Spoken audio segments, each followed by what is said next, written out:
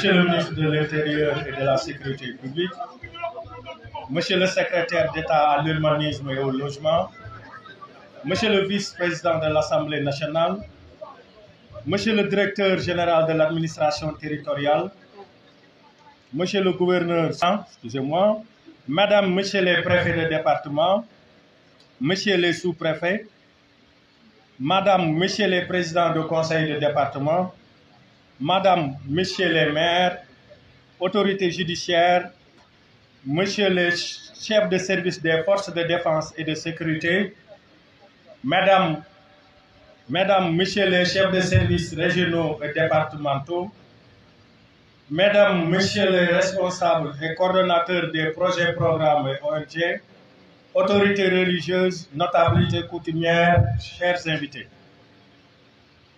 Je voudrais, en ces moments empreints de solennité, rendre grâce à Allah, le Tout-Puissant, maître du destin des hommes, qui nous a prêté santé, vie et nous a permis d'arriver au bout de ma carrière professionnelle, ainsi que renouveler mes prières sur son prophète, paix et salut sur lui. Je voudrais aussi rendre un hommage mérité à mes parents pour leurs nombreux sacrifices qui ont contribué à me façonner, et à mon épouse dont l'affection, l'amour et la compréhension m'ont toujours accompagné, quelles que soient les difficultés auxquelles j'ai eu à faire face. Monsieur le ministre, je vous prie de vouloir bien transmettre à son Excellence, Monsieur le Président de la République, mes sentiments de profonde gratitude et de reconnaissance pour la confiance qu'il a eue à mon égard en me nommant gouverneur de la région de Kaffrine le 7 août 2024. À partir de ma prise de fonction, des activités ont été menées sous ma conduite dans le cadre du comité régional de développement ou dans des comités spécifiques aux concertations régionales. Et je peux affirmer que les résultats obtenus dans la mise en œuvre sont le fruit des efforts déployés par les chefs de service déconcentrés, les autorités territoriales, les responsables des forces de défense et de sécurité. Je profite de cette occasion pour remercier tous ceux qui ont participé à nos activités et au-delà, tous ceux dont j'ai eu à bénéficier de la collaboration durant mon séjour.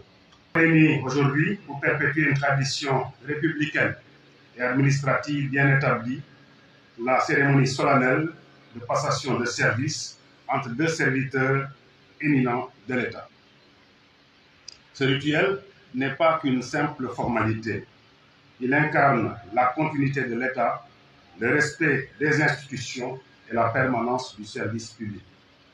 C'est à cet effet que M. Moustapha Diaw, gouverneur sortant, sur le point de faire valoir ses droits à une pension de retraite bien méritée, transmet aujourd'hui le flambeau à M. Serigne Babacar Kane, nommé gouverneur de la région de Kaffrine par un décret présidentiel tout récent. Il date du 30 mai 2025. Permettez-moi cette occasion, empreinte d'émotion, de rappeler cette vérité intemporelle de Max Weber.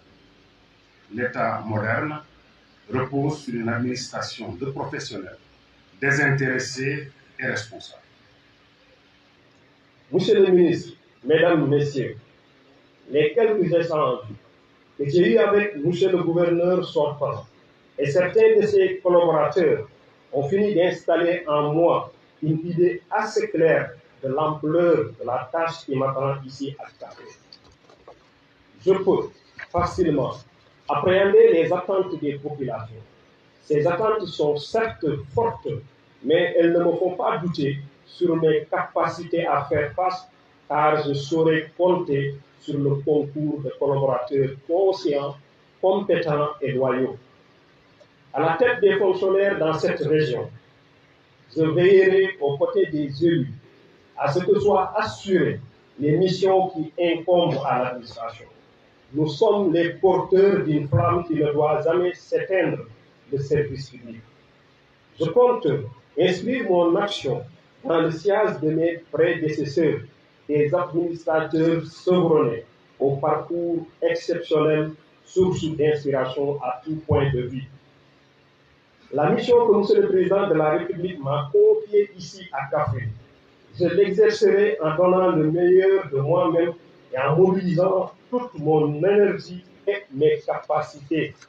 Je l'exercerai dans le respect strict de l'éthique républicaine qui repose sur l'autorité, l'objectivité et l'impartialité de l'État, ainsi que sur le respect de la loi, car sans respect de la règle commune, il n'y a ni liberté ni égalité pour nos concitoyens.